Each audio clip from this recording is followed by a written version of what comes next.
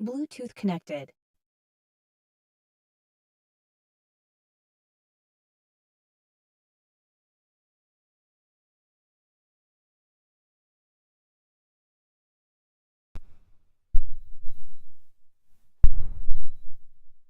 Hello. Hello. Okay, bet. We're online. Here we go. All right, bet. Welcome to How to Day Trade Part 2, which every single one is going to be the same thing, just with what I learned from the last one. I'll just adapt it. So I got a new tool, so I'll be able to write some stuff out for you guys. Let's start right now. First, introduce myself. My name is Bruce. I'm just seeing if I can write with this thing. Doesn't really write that good. Hold on one sec. Again, my name is Bruce. From the first video, you can see that I've been day trading for about 8 years. Primarily, I've been studying ICT concepts. So if you're familiar with that, that's what we'll be working with.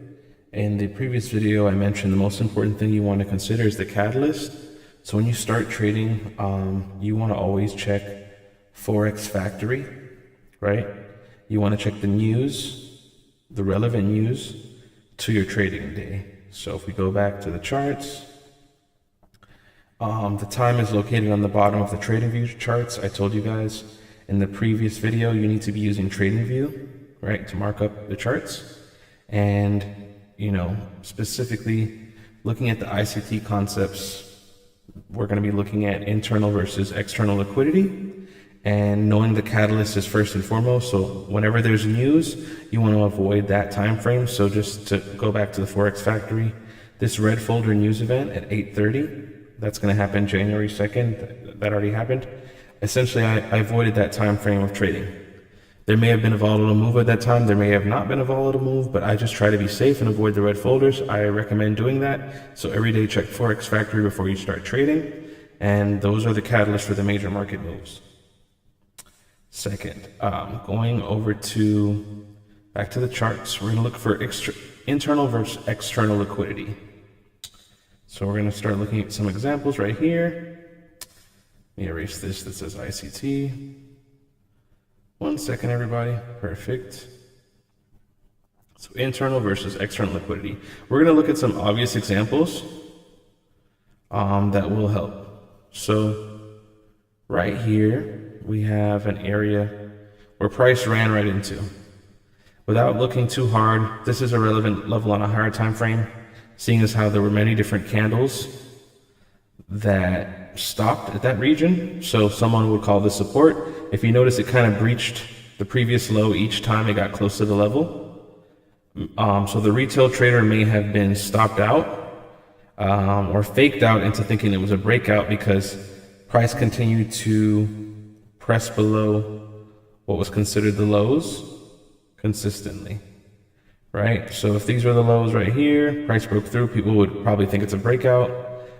That's not how I trade. I typically trade looking for reversals. So what I'm going to be teaching is external to internal. So I marked out that level because this is currently the 5-minute time frame.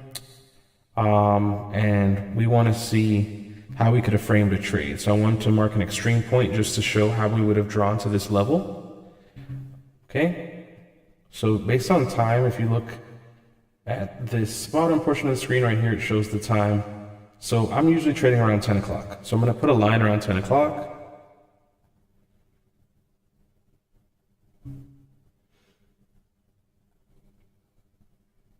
I'm going to zoom in too so you can see everything. But I want to just show you potentially what it would look like when I'm getting into the market. So when I'm getting into the market, the top side of this would be the buy side liquidity and the bottom side would be the sell side. Okay, or sorry, top side would be the sell side, the bottom would be the buy side. So the top would be SSL, sell side, and the bottom right here would be buy side.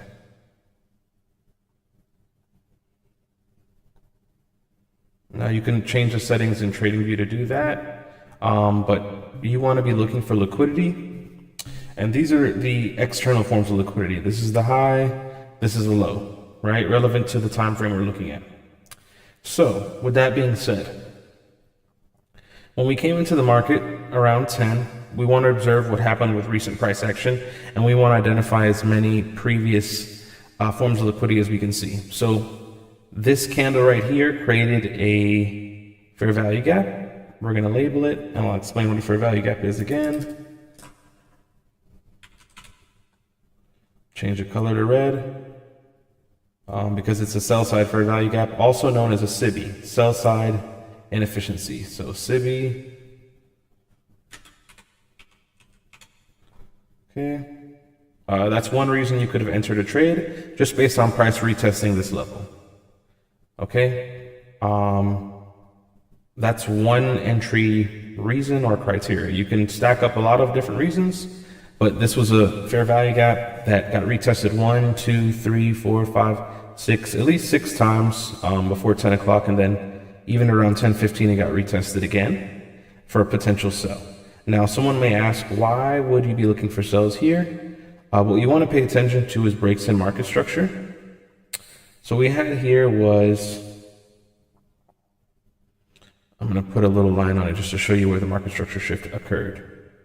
Right, so this last down close candle here was broken and retested, right? That could be considered a market structure shift. So a market structure shift is actually one of the key things that you can use to catch a reversal trade. And if you're in a trade and it shifts against you, that's a potential to get out of a trade. But when that market structure shift occurred, right, that's letting you know now we're bearish. The market flow has changed. Additionally, there is an inverted fair value gap right here that is pretty large that can be used to accumulate sell trades in the upper end. So the reason this is an inverted fair value gap, and I'm going to explain why right now. In the past, it was a regular fair value gap. Let's just say it was green. It was a regular fair value gap. What happened was price actually did not use it to take out that high. In fact, price started disrespecting the fair value gap and breaking below. Thus, it became an inverted fair value gap that can be used to take sell trades off of many different times. So, of course, it worked earlier. I wouldn't have been in the market at that time. But after 10, that's when there's an opportunity where we could have got in. Other traders, even you, maybe you can trade a little bit before, but I prefer to trade after 10, right within this window. I'm going to label this inverted fair value gap, just so you know, and I'll make it light. The concepts we went over before, premium and discount, right? You want to consider the premium and discount of all of these levels as well. The premium and discount of the fair value gap, the premium and discount of the inverted fair value gap. So I'm going to label this, right? So these are just 2 levels, and I'll make it lighter so it's not blocking everything.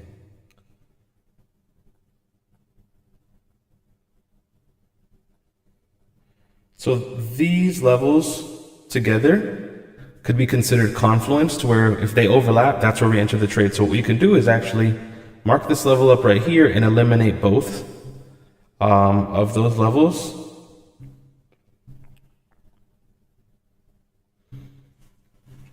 Just eliminate them.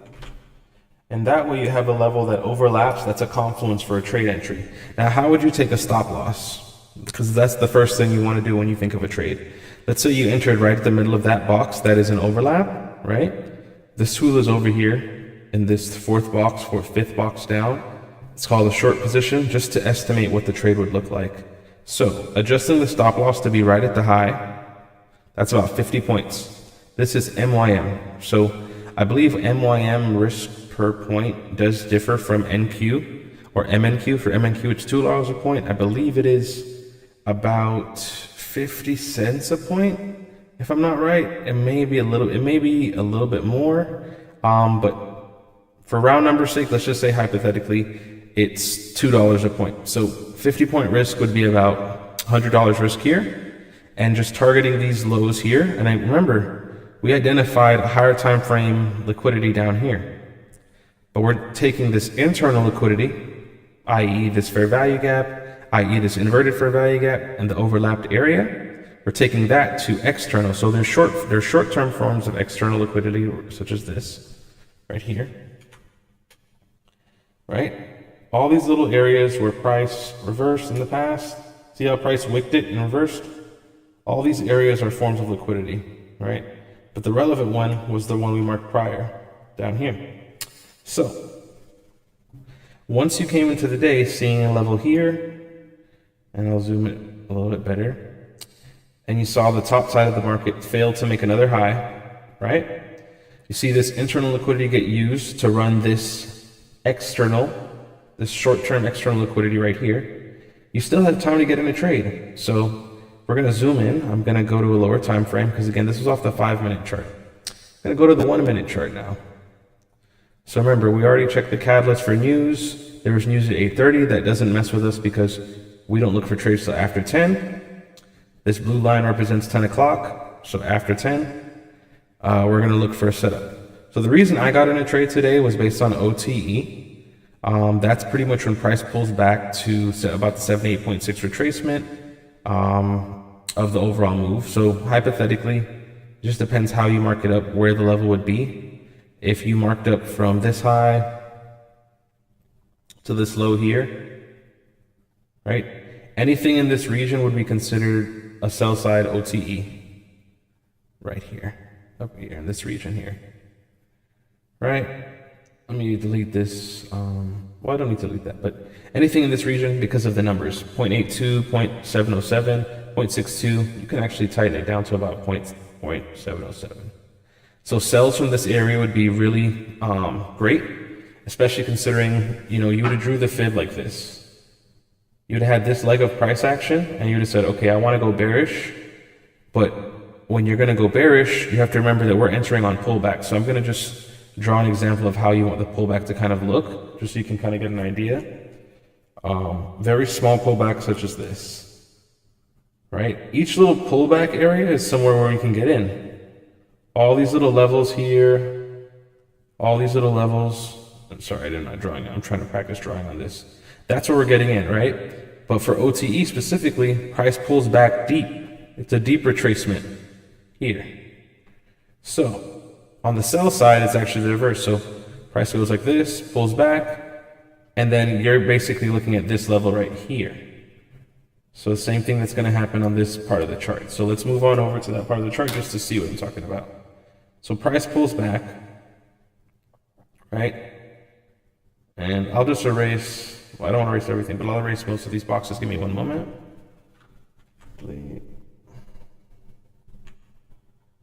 I just want to tighten up the box so you can see just hypothetically with the OT levels, so you can see hypothetically with the levels where you could put it.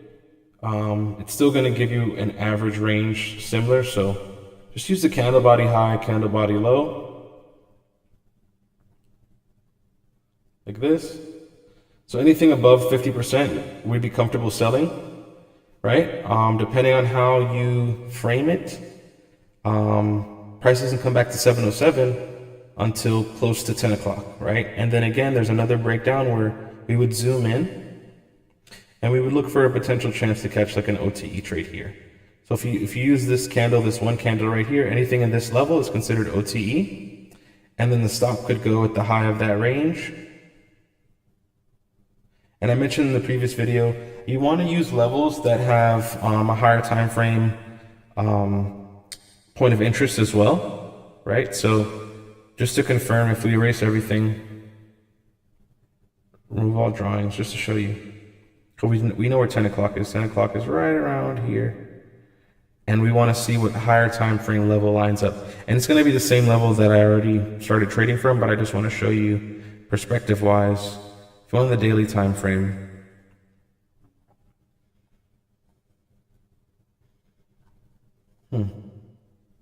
excuse me. Okay, daily time frame right here. And just looking at the trade we took today. Again, I took a trade on NQ, but it pretty much aligned similar to YM's trade. That was the previous day's candle print. So let's just mark it up and see what levels or interact with relevant to our trade. Because there's a lot of ways you can get in the trade as long as you're just understanding we're going from external to internal liquidity, internal to external, and just vice versa. We're just going back and forth, back and forth. You can take advantage of both sides of the market. As long as you know there's like no news overlapping with when you're trading, you're managing risk, meaning using one micro to start out, and then you can scale in once you get a little bit better. Let's go down to a lower time frame. Back to the 1 minute. Okay. So here's some relevant price action. Price failed to make it back up to this previous day high level. Then price failed to stay above the 50% of this sell-off. That was a market structure shift right here. So the last explosive up close candles opening, you can essentially use that as whenever that breaks, that order block, whenever that order block breaks, that's going to be that market structure shift. So at that point, anything that happens within that region, you could consider selling with a stop at the high. So the risk is very tight, meaning if you put a trade, as it breaks, and even if you're just targeting the very next higher time frame point of interest, which is that purple line, that's at least almost a 4 to 1, 3.85 to 1. So that's already great risk reward. Mind you, we wouldn't be looking to take the trade till after 10. So we would have to wait for another pullback here to the 61.8 level, which is pretty good. And if we could do stop at the highs or at the fib level high, it would still only be about 45 points, which is great risk. And since price action actually printed a new low here, relevant, we could use that as a target. We don't even have to target the full low of it. We can target just above it for about 4 to 1 risk reward. Now, after that trade, let's frame some more trades that you could have taken. Knowing that we were targeting an external liquidity that was lower, you would simply just be looking for internal liquidity, bearish internal liquidity going down. So that's a bearish fair value gap right here. This candle right here, I'm gonna zoom into it just to show you. We're looking at the candle, the explosive candle like this, that takes out market structure. So this level that aligns with that purple line, which is a higher time frame point of interest, was taken out. And the space, this explosive candle took that level out, right? So that's a market structure shift back into the direction, or back into, bearish market flow. So once price pulls back above it, that's where you can be looking to take sells. Now, more specifically, this fair value gap right here, which is, you're going to use the low of the previous candle and the high of the future candle for sell side fair value gap, right? So again, sell side fair value gap is also called a SIBI. So you're going to call it both a fair value gap and a SIBI. Now, this might be a lot of information. You might have to go back to the other video. I'm going to do my best to make multiple videos on these different subjects, but for now, just know this is a fair value gap right here. I'm going to put it here, but it's based on this wick and this wick. So this is the fair value gap. Anytime price came back in here, you could look for sells. Would they all work out? Potentially, but it just depends on what the risk you're framing. So let's say as soon as it broke above that level, you can put what's called a sell limit. So once price gets there, even if you're not at the market, it'll enter the trade. Or you could be looking at the market as it's happening, which wouldn't be as easy, but you could still take profitable trades. So if you put the stop at the high of the candle that created the fair value gap, 34-point risk, you can at least get, if we're targeting, again, we're targeting the lows. Remember, we're targeting the next higher time frame point of interest. So there's this purple line. I identified all the open, high, low, and closes of the daily time frame. That creates all the higher time frame point of interest. So selling from one higher time frame point of interest to another, at least a 2.5 to 1 risk reward. You could have tightened that risk depending on the fair value gap. It's really up to you. But that trade would have worked, and that happened much later. That happened at 10:31. That was an opportunity. Okay? Additionally, price came back to that fair value gap once again at this time, which is 10:37. So there was opportunity to make a profit. You don't have to catch the whole range. You can make a profit just catching small parts of the market. Once you get used to using one contract, you'll understand that, let's say for instance on NQ, if it was 87, right, let's round it to 90 points, it'd be about $180 profit for one contract, which is really nice. If you scale in, you can make a lot more. So the catalyst, higher time frame point of interest, which is simply just putting lines on the previous day highs and lows, open, low, high, and low, close.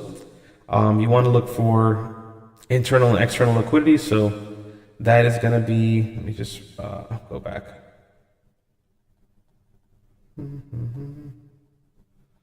So internal and external liquidity is going to be dependent on the time frame you're on, right? If we're scalping, we just want to make sure we have those daily time frames labeled, so that way we can go ahead and take advantage of, the momentum that's going to come from that higher time frame. If we're not scalping, I still recommend, of course, using higher time frames.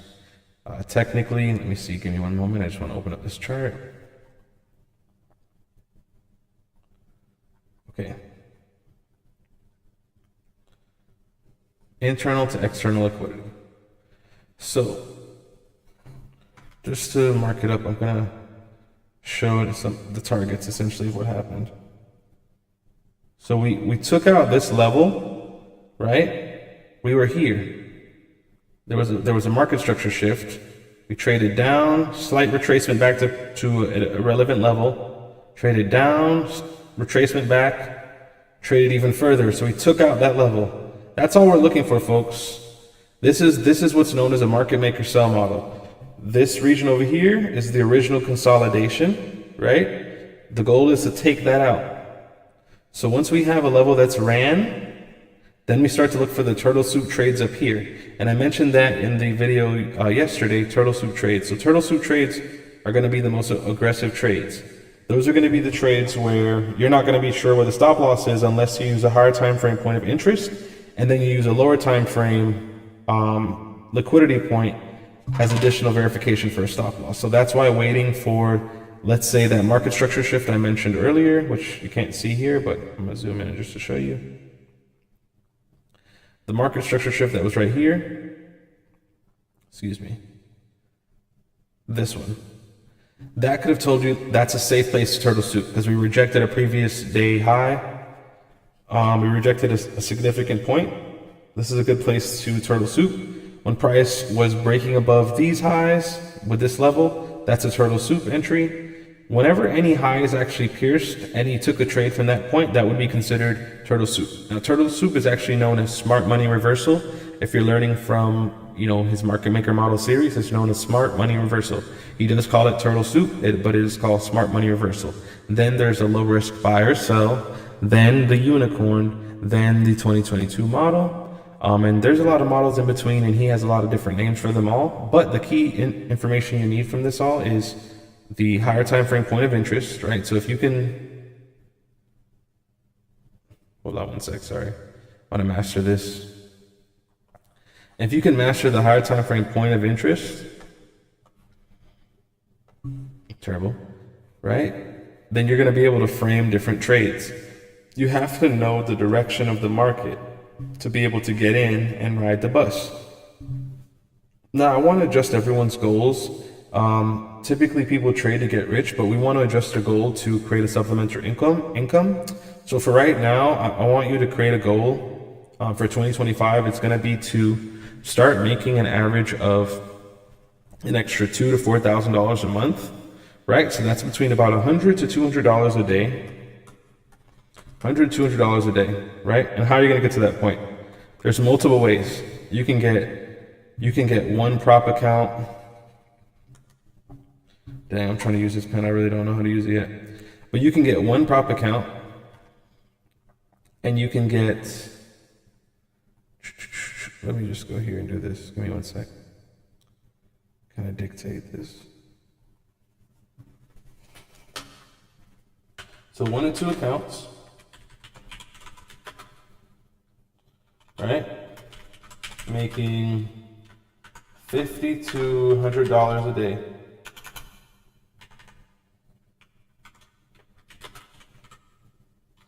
Then you want to have them making $100 to $200 a day. And then finally you want to make them make $200 to $300 a day. Now, once you're able to get them to make $200 to $300 a day consistently, you can essentially replace pretty much every average income by just getting to this basic profit target. Now, based on how much contracts you risk, it will vary. But for me, for instance, I'm risking about, one contract to start the trade, and I'm risking maybe $50 to $150 to start. And I'm looking for at least 1 to 1. So I'm going to make at least $50 to $150 to start, and then I add to the winner. So as I'm adding to the winner, The initial trade, it helps me make this. As I'm adding to the winner, this is a guarantee, and then this becomes like for sure. Once I have about 5 contracts deep. So that's the thing that you want to build. You want to use 1 to 5 micros. And then that's in the PA mode. In challenge mode,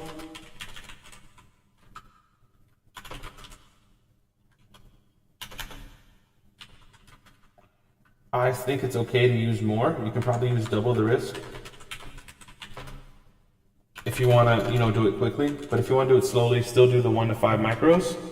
But the key is, once you start making $200, $300 a day, you can scale that into any number that you want. You can really scale $50 to $100 a day as well, but 200, 300 gives a reasonable amount of risk tolerance when you're using a copy trader, so that you can, multiply your efforts across other accounts. So the secret to everything is, again, checking the news. What is the catalyst? Okay, identifying higher time frame point of interest. That's all the previous day high, low, open, low, close, as well as session high, open, low, close, or session high, session low, the midpoint of that, midnight open. So I'm gonna write it out here. Higher time frame point of interest. I'm using shorthand, so sorry. We want higher time frame point of interest, and it's kind of all over the place. Higher time frame point of interest. There's going to be a few different ones. Here we go. I use this here. Previous day low, previous day high. We got session highs and lows. Midnight open. All right, that's pretty much it for me, because if you're using 3 sessions, that's 6 areas. Previous day high and low, previous day low and high is 2. You could do the open and close as well, but I usually just do the low and high and then open. There's plenty of levels you can find here to take trades within, and that's the goal. You want to be able to find regions to take trades off a higher time frame point of interest first, right? You master that, making small amounts of money, you double the risk or the target, and slowly but surely you're making enough to replace your job. And then the final level is, many accounts. But to get to that point, you got to understand it's like a journey. So the first part is 1 to 2 accounts. Then you want to get to about, let's say, 5 to 10 accounts. And then you need, once you do that, you have to be at 15 to 20 accounts. Because once you get a taste of making the money from 5 to 10, you have to be consistent with more accounts to keep getting that same money and to build your business. Because again, this is a business. Now, this was a very short, all over the place video. I'm going to keep working on making these videos. You got to remember the catalyst. You got to remember external versus internal liquidity. You got to start learning how to identify fair value gaps. I haven't talked about order blocks too much or breaker blocks, because if you know the OTE levels, you're going to end up using those anyway. So OTE is optimal trade entry. So look out for the optimal trade entry video that ICT has. He has many different playlists of it. So watch that playlist of the OTE entries again. So I'll just draw that out really quick so you can just get an idea of what it is. So hypothetically, if the market's going up like this, let's say we go down to this region here, right? Then we go up. If I get a random Fibonacci tool, more than likely this is going to be within the OTE region. So that's based on the colors of this, you can't really see it. So I'm going to update this, take off some levels as well. I want to make sure you guys can clearly see what's going on. Don't really need we don't need this level. Where's 0.7? 0.7. Okay. We zoom into it so you can see it. So price came back into this level. The key understanding is price is in a discount below 0.5, and price is a premium above 0.5. Now, when we're in an uptrending market, we want to buy in a discount. We want to buy below the 50% level. These buys would be worth it because they're below the 50% level. Once you start buying in this region here, you simply get trapped. So make a note to wait for, you want to wait for, and I did mention the market maker sell model and everything like that, but if you pay close attention, you can see right here, should have used a different color. Can I change it now? Okay, yeah. That level of consolidation, that original consolidation, was taken out by this market maker sell model. So that's happening every day. And all I'm doing is looking for the OTE levels to get in it. Right here, there's going to be an OTE sell to get down here. And this level is going to take higher from a higher time frame bias. But as long as you're selling in a premium and buying in a discount, you're going to save yourself a lot of time and energy. Internal liquidity to external liquidity. We're targeting highs. We don't have to get full extensions and expansions. We simply just want to get this far. Because if we frame a trade based on long position down here, right? Let's say we get in here and we put the stop loss right at the 1, we can still get almost a 2-to-1 out of this trade. Hypothetically, just depending on what price action looks like, we might be able to frame the stop a little tighter. You want to be able to frame the risk, right? So you want to be able to eyeball original consolidation that's going to be taken out. So I'm going to go to just a random chart so we can just kind of mark up some original consolidation so you can kind of see what I mean by original consolidation being taken out. Okay, so for instance, this level right here, see how price trades back up and takes it out? That's consolidation that gets taken out. So down here, there's a turtle soup trade right here. Then there's a smart money reversal trade, or sorry, smart money reversal, low risk buy. Then a unicorn trade, whenever something retests back into the breakers and order blocks, it's going to be unicorn, and the 2022 model is going to occur. Plenty of trades that occur in this market maker buy model, right? This is the original consolidation.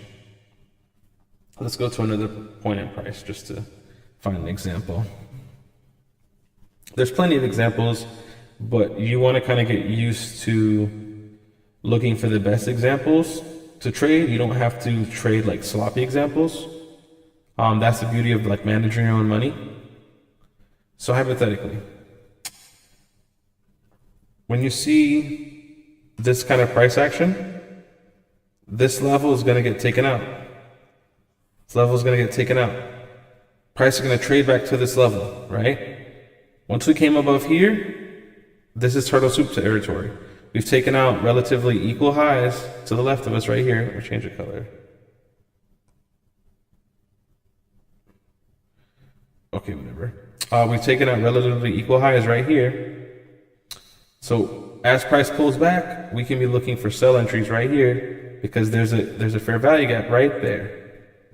There's an inverted fair value gap right there. So that's internal, down, trading down, right?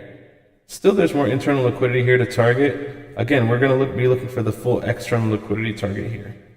Let's see if we get that level. I'm not really sure if we did. So we did not end up getting that level until much later, right? And depending on how you framed your stop, you could have been stopped out if you were trying to hold to this level. Again, when you put a fib on something like this, and you're trading the sell side of the curve, 50% is the first major level of looking to get out, of taking profits. Because again, in a premium, we're selling. Once we're getting back to a discount, buyers start to come into the market. So although you're in a sell and you're comfortable, in any trade you get in, this is about trade management now. This is really, pay attention. This is about trade management. If you're in a sell and you put a fib on the overall leg, right? And I'm going to erase everything so you can see it like this. You marked up this leg, right? You somehow got in a sell based on internal liquidity. I'm going to just put the fair value gaps and zoom in. Kind of zoomed out. If you're still here, thank you. Put a fair value gap right here. This is internal liquidity. All right. Fair value gap / internal liquidity. So what you're targeting, what you're targeting is, why is these drawings doing this? Anyway, what you're targeting is the external liquidity down here, the low. You're targeting the low. But the first target has to be the 50% level, the midpoint. Because if price can't stay below this level, the buyers are going to take it up. So if you did frame the trade, right? Because you have to always frame the trade. So you framed it from the fair value gap, somehow you got in, and you put your stop at the high for 181 points. It's a higher time frame, right? We're targeting at least 50%. You got at least a 2-to-1. You got your 2-to-1. Let's say you got in at 6, you got out by 9 a.m. So it would have been an overnight trade. That's not something I would have really done, but I'm just saying, perspective-wise, you have to pay attention to half points, 50% level. There's the high, there's the low, there's a 50% level. Price struggled to stay below 50%. So premium versus discount. Premium.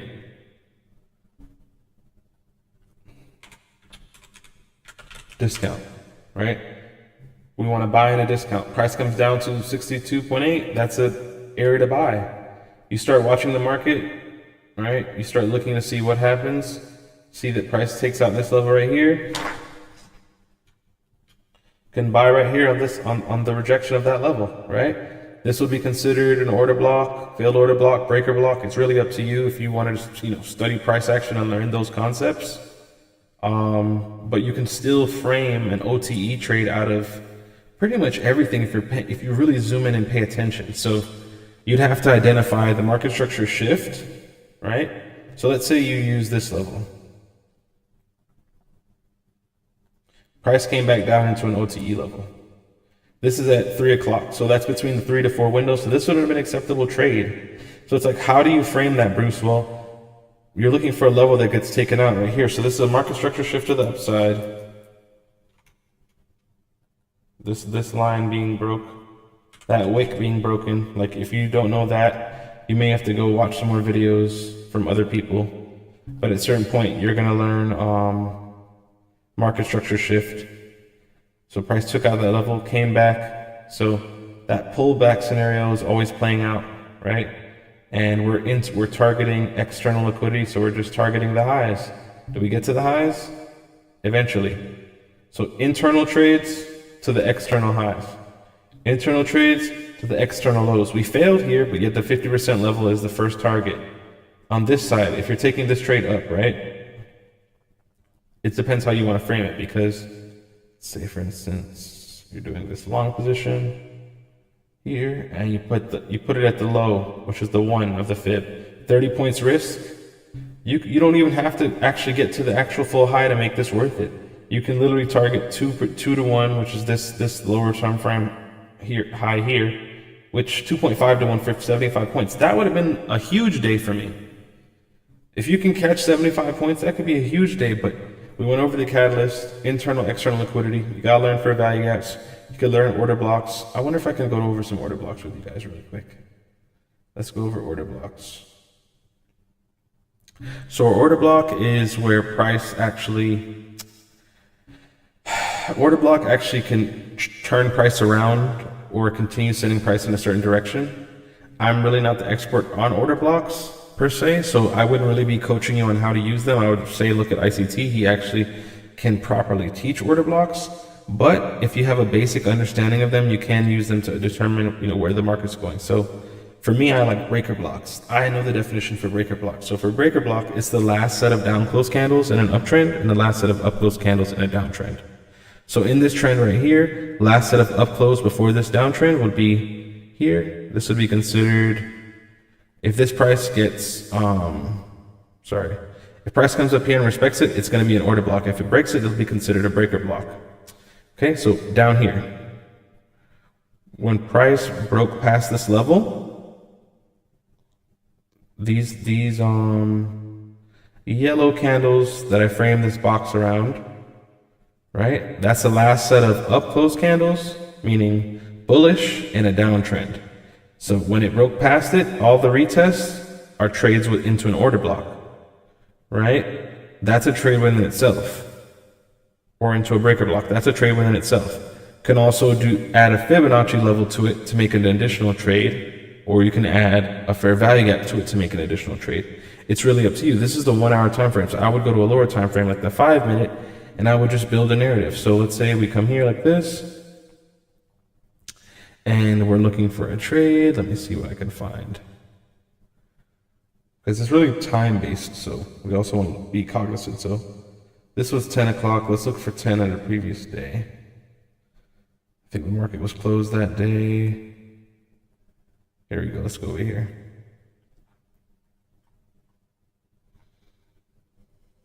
$15-minute time frame. Essentially, the order block propelled price, right?